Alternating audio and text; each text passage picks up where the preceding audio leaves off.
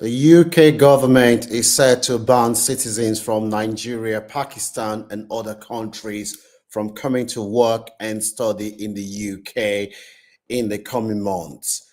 This is the latest update that was released by the UK Home Office less than 24 hours ago. In this video, I'm going to explain some of the reasons for the decision that the UK government is about to take and how this will affect anyone planning to come in to study and work in the UK. So if you know anyone who's planning to come to study and work in the UK, kindly ensure that they see this video. Good afternoon, Frank is my name. On this channel, we share the latest update to inform and educate our audience. There is no substitute to information. There's a difference between success and failure. So why is the UK government set to ban Nigerians and other nationalities from coming to study and work in the UK? The reason for this decision is the government is now saying that in the last 14 years, more than 21,000 Nigerians have claimed asylum in the UK. A lot of the people that have come to the UK, they realize that things are not the way they plan it. They end up seeking asylum. You heard it first. This is going to happen in other countries like Canada. You remember the time when the UK government said students will not be able to bring their dependent to the UK. 3 months later, Canada did the same thing, and other countries, even Japan, did the same thing. So the UK government is set to ban Nigeria, Pakistanis, and other nationalities from coming to study and work in the UK. In the next few months, you are going to hear countries like Canada and other countries doing the same things. Why are they doing this? The reason, according to the government, is that a lot of people who have come to study in the UK, by the time they arrive in the UK, they realize that the things that they plan, the way they plan it, is not going the way they want. They end up seeking asylum. As you can see, in the last 14 years, 22,000 Nigerians seek asylum in the UK. And the government, there are two main reasons that are responsible for this. The first reason is the large numbers of people from these countries who have seek asylum in the UK. And the government is under pressure because the cost of caring for asylum seekers, only last year alone, the UK government is reported to have spent more than 3 billion caring for asylums who are mainly being hosted in hotels. So the first reason responsible for this government decision is because the government is saying that a lot of people that are coming into the country, by the time they realize that things did not go the way they want, they end up seeking asylum in the UK, which is costing the government a lot of money to care for the people. That is the first reason. So the first reason is people are seeking asylum, and the government is spending a lot of money to care for these asylum seekers. Just last year alone, more than 4 billion was spent. What is the second reason? The second reason is this man. This man you see here, for those who do not know him, his name is Nigel Farage. If election is held in the UK today, this man will become the next Prime Minister of Great Britain, because his party, the Reform Party, the main objective of his political party is anti-immigration. He wants to ban all immigrants except essential immigrants from coming to the UK. So there was an election held in the UK last week, Thursday. This man's party, from nowhere, there was a political tsunami that took place in the United Kingdom last week.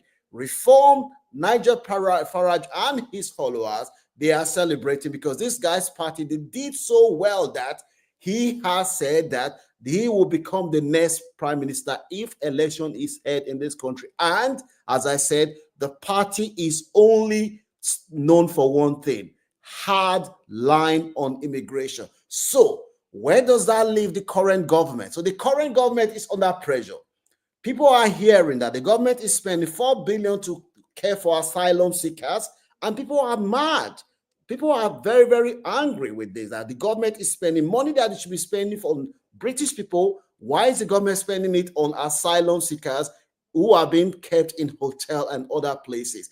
And that is where Nigel Farage is playing on the fear of the British people, saying to them, oh, by the time I come in, I will put zero stop. This 4 billion that we are spending on asylum seekers, that 4 billion, I will be spending it on you. And the politicians, the established politicians, they have failed you. Vote for me and I will solve all your problems.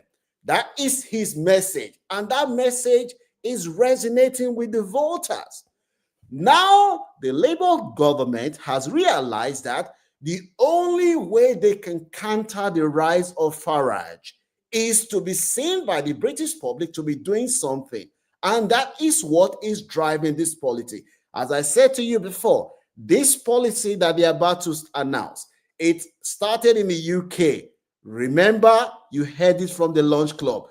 In the next 3 months, you will hear Canada says Nigerians in Pakistan and other countries, they are going to be banned from coming to work and study for the same reason. Don't forget, you're hearing it first. Information is power. So the Labour government now said that, okay, since these guys are doing so well, and the reason that Nigel Farage is doing so well is because his message that he's giving out to the voters is resonating with the voters. He is saying that I am the man that will come and save you. I am the man that will help you so that the government doesn't spend billions on asylum seekers. Vote for me. So the Labour government has to respond. So that is why the Labour government is now saying that in the next coming months, Nigerians, Pakistan, and other countries, because these countries are the people that come to the country, they seek asylum. A lot of people that are coming as students, they come in as students. By the time they come in, they couldn't pay their fees. Before you know what, they will then seek asylum, and the government will be paying for them to stay in the hotel. Even the ones that came on this visa sponsorship, by the time they arrive in the UK, they realize that they have their sponsors' license have been revoked. They haven't got job. Life is hard. They haven't got money to pay bills. Before you know what, they end up claiming asylum, and that now rely on the British public for help. So the government's main reason for announcing this policy is, number one, the fear of Nigel Farage. The fear of Nigel Farage has made politicians, established politicians in the UK, they are not sleeping. Some of them are dreaming of Nigel Farage. They're dreaming. I saw Farage, nightmare Farage, because they are worried about Farage. And what does Farage stand for? No immigration. So all the political parties now, all of them, they are now tailoring their message. They are recalibrating their message to maintain a hard line on immigration. Hard line on immigration. We do not want immigrants in the UK. All the immigrants, they must go, and the immigrants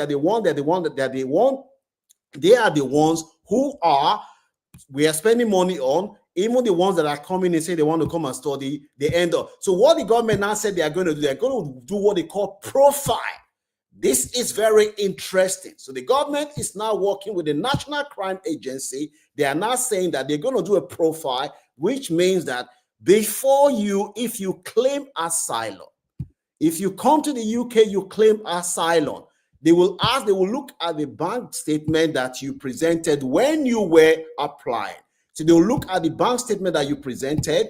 That bank statement, for instance, if you presented the bank statement, say you have millions in your bank account, how can you then claim asylum? So what they are even saying is that even some people that claim asylum, they will not be granted houses, because you send your bank statement when you were looking for visa, you send your bank statement that you have millions in your account. What happened to those millions? Why don't you have it again? So they are working with the National Crime Agency to build a profile of those who are likely to come to the UK and end up seeking asylum, those who are likely to come to the UK and not return back to their home country.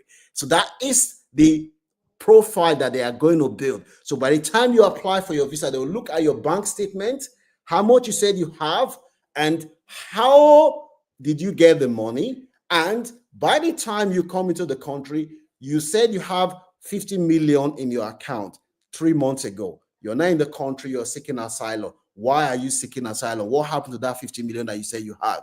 Why are you seeking asylum? That even if those that seek asylum, they will not be put in hotel. That is what the government is saying as we speak. What is your views? Some people have said that India is not in this list because India, the British government yesterday were celebrating because they signed trade deals with India. And part of that trade deal, which has been criticized by Nigel Farage and others, Indians can come to the UK and work, and as part of the trade deal. And when they are in the UK, they are not allowed to pay taxes when they're in the UK. Whereas they are not allowed to pay taxes. Why did the UK remove India for this list? Because the government wants a trade deal with India by all means necessary. That is why India is not on this list. So what are the lessons that Nigeria can learn? I hope Bola Tinubu and others are watching.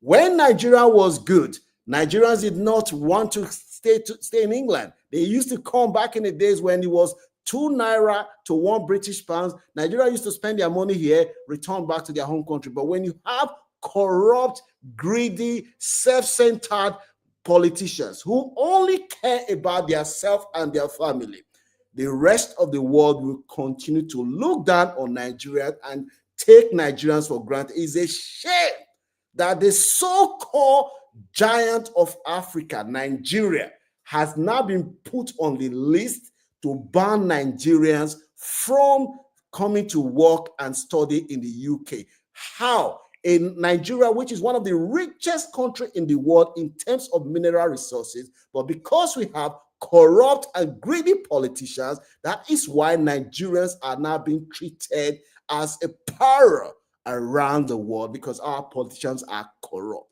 Instead of investing in Nigerians, they do not want to invest in the people. They are stealing the money. That is why the rest of the world doesn't respect Nigerians. If the Nigerian leaders put their house in orders, Nigerians will not be coming to the UK as economic immigrants. Look at the weather in the UK. Look at the weather in Nigeria.